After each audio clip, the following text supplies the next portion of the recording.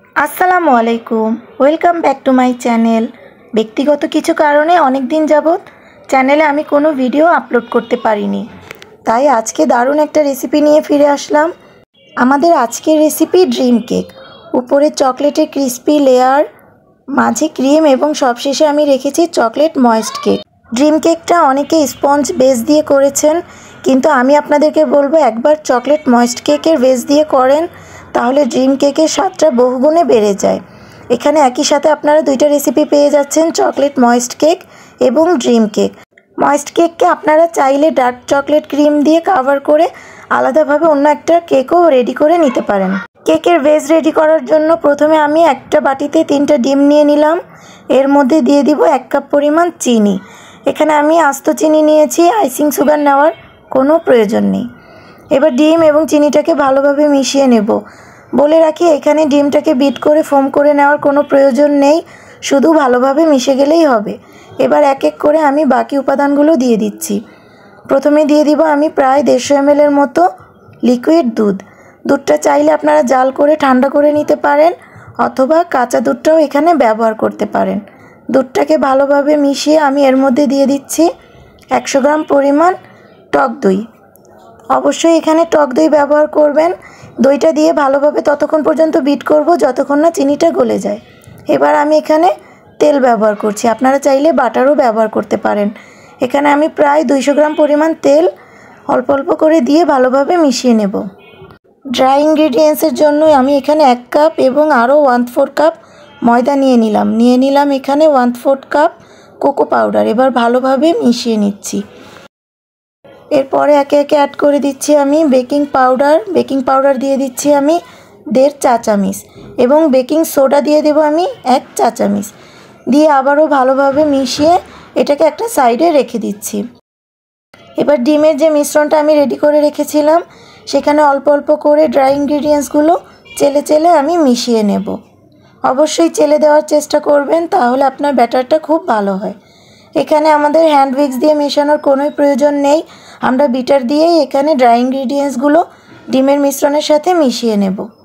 অল্প অল্প করে দেব এবং ভালোভাবে বিট করে মিশিয়ে নেব।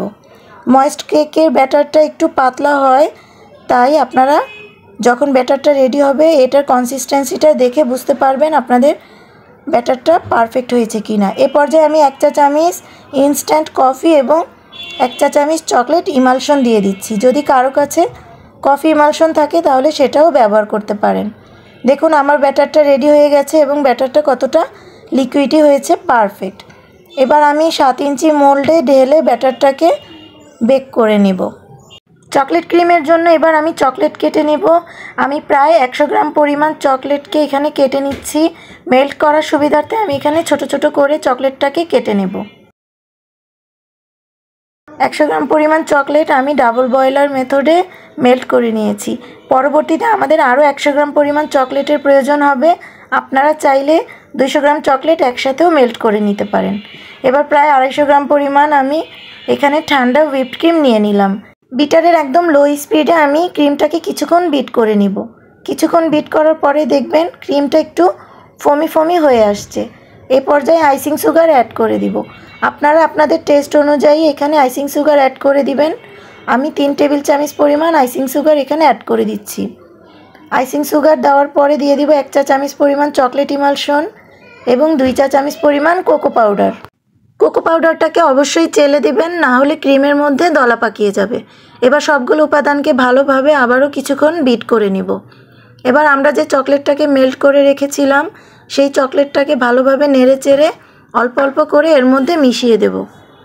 প্রতিবার চকলেট দিব এবং ভালোভাবে বিট করে নিব। এভাবে সম্পূর্ণ চকলেটটাকে আমি ক্রিমের সাথে দিয়ে ভালোভাবে বিট করে নিব। এক পর্যায়ে দেখবেন ক্রিমটা একদম স্টিফ হয়ে যাচ্ছে এবং বাটি উল্টালেও ক্রিমটা পড়ে যাচ্ছে না।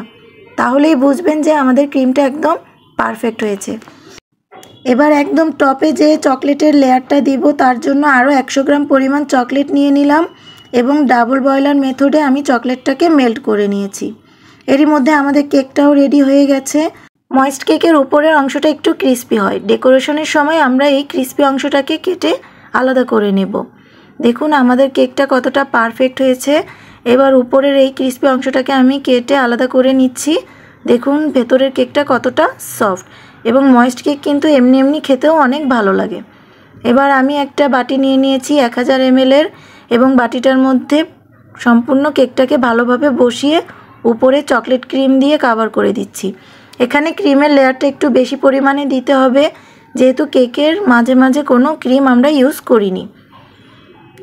বেশ খানিকটা পরিমাণ ক্রিম ব্যবহার করার পর আমরা যে চকলেটটা মেল্ট করে রেখেছিলাম সেই চকলেটটাকে ভালোভাবে নেড়েচেড়ে ঠান্ডা করে ক্রিমের উপরে দিয়ে দিব। চকলেটটাকে একটু বেশি পরিমাণে আমাদের এখানে ব্যবহার করতে হবে, যাতে যখন আমরা কেকটাকে কাটবো উপরের ক্রিস্পি অংশটা একটু বেশি শক্ত এবং মোটা হয়। এবার ভালোভাবে চারপাশে আমি চকলেট দিয়ে ঢেকে দেব।